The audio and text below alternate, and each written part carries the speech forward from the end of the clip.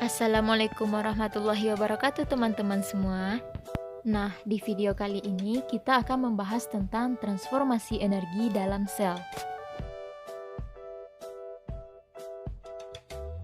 Sebelumnya, perkenalkan saya Elvia Fitri Indrianis dari jurusan Pendidikan Guru Sekolah Dasar Universitas Negeri Padang. Selanjutnya, mari sama-sama kita simak pembahasan videonya. Nah, di sini ada gambar orang atau manusia yang sedang melakukan aktivitas mereka. Ada yang berlari, bersepeda, memasak, dan ada juga yang sedang membersihkan rumah.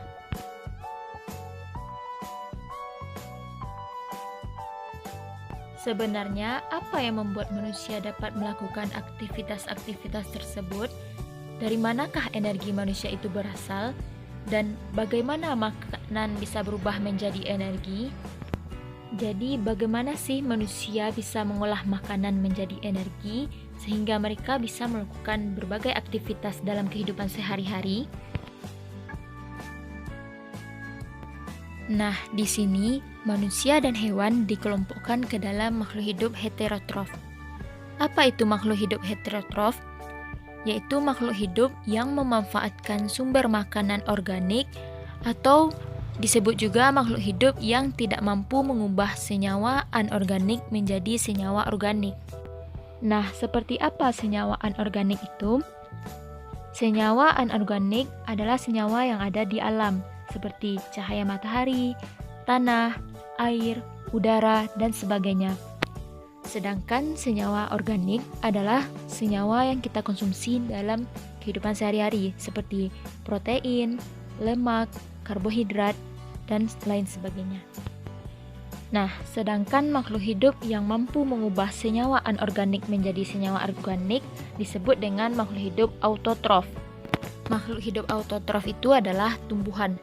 Jadi, tumbuhan adalah makhluk hidup yang dapat membuat makanan sendiri. Nah, di sini ada gambar tumbuh-tumbuhan. Pada tumbuh-tumbuhan terdapat zat klorofil atau zat hijau daun.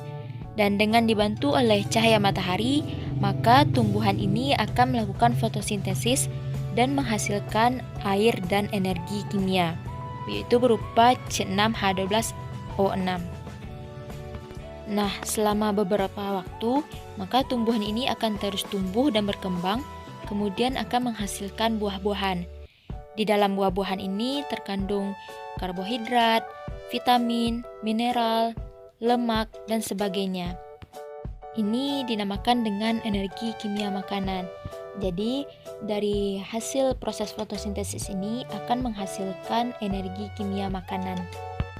Nah, selanjutnya manusia akan memakan buah-buahan. Berarti energi kimia yang ada pada makanan itu berpindah dari buah-buahan ke manusia.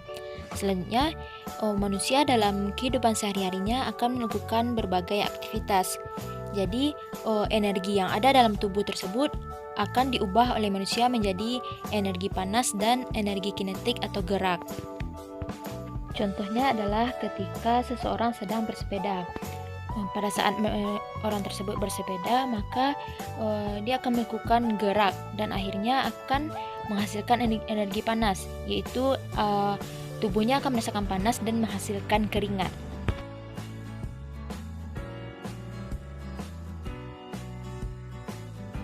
Nah, energi pada makhluk hidup heterotrof bersumber dari makanan, yaitu karbohidrat, lemak, protein, dan sebagainya yang berasal dari tumbuh-tumbuhan tadi. Nah, perubahan itulah yang dinamakan dengan transformasi energi dalam sel. Apa itu transformasi energi dalam sel? Yaitu proses mengubah energi dari satu bentuk ke bentuk lainnya. Energi ini tidak hilang, hanya saja berubah bentuk.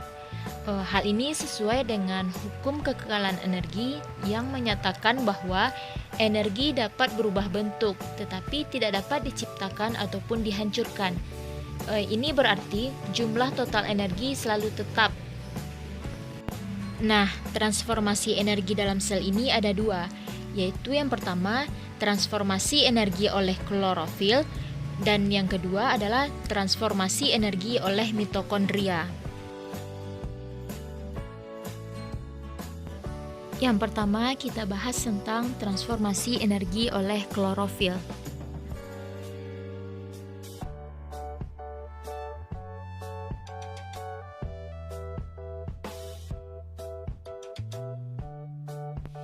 Nah, di sini terdapat gambaran mengenai proses fotosintesis yang dilakukan oleh tumbuhan. Nah, dalam proses fotosintesis ini akan membutuhkan energi radiasi atau energi cahaya matahari.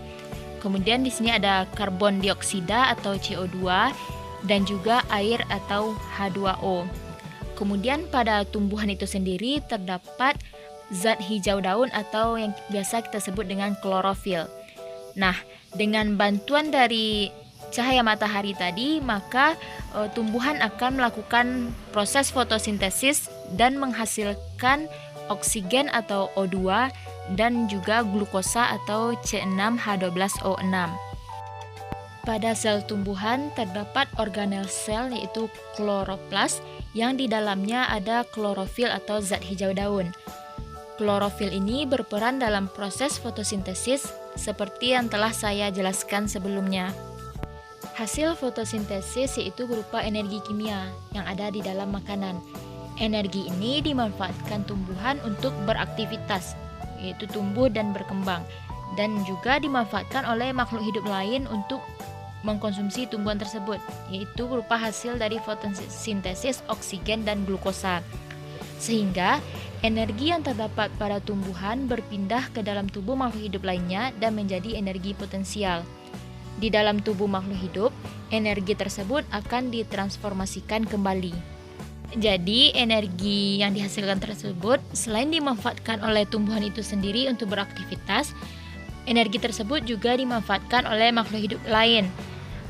Kita, manusia dan hewan membutuhkan oksigen untuk bernafas, dan glukosa itulah yang kita makan dalam kehidupan sehari-hari, seperti buah pisang, buah pepaya, padi, dan lain sebagainya. Selanjutnya kita akan membahas transformasi energi oleh mitokondria. Nah, apa itu mitokondria? Jadi, mitokondria ini merupakan suatu organel yang terdapat di dalam sel dan memiliki peran dalam respirasi sel.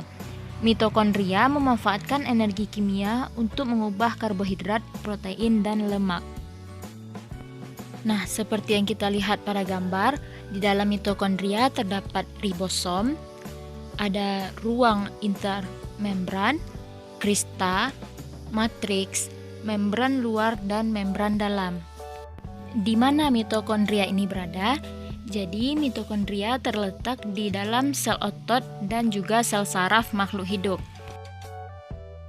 Mitokondria ini menghasilkan energi dalam bentuk ATP, yaitu merupakan kependekan dari adenosin trifosfat.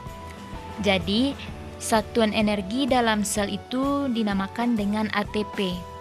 Nah, mitokondria ini menghasilkan 30 molekul ATP untuk setiap molekul-molekul glukosa yang dioksidasi.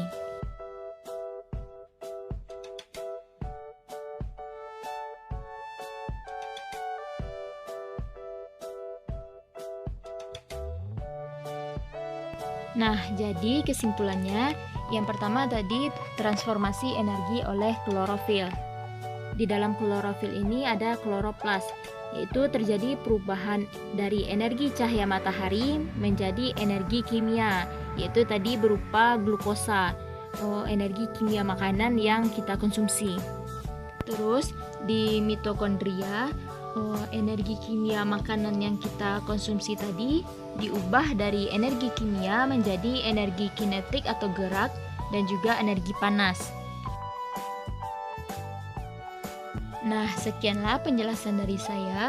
Terima kasih sudah menyaksikan dan mohon maaf apabila terdapat kekurangan. Assalamualaikum warahmatullahi wabarakatuh.